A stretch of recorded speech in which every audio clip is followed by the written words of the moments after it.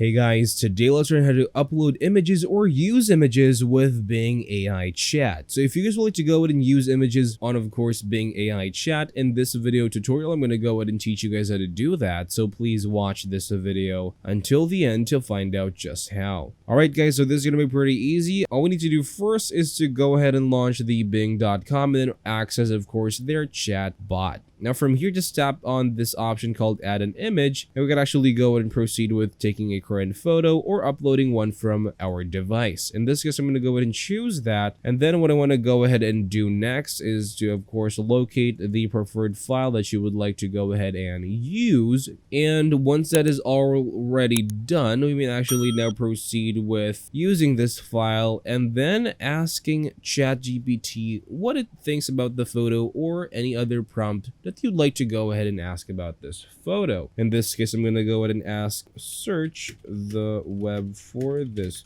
photo and give me a brief history of where it came from. And let's see if it is actually possible to detect my query. But basically, that is the general idea of what you guys need to know about, of course, uploading photos to Bing AI. So thank you guys for watching this video. Please like this video and subscribe as well if you guys learned something. And I'll see you guys on the next video.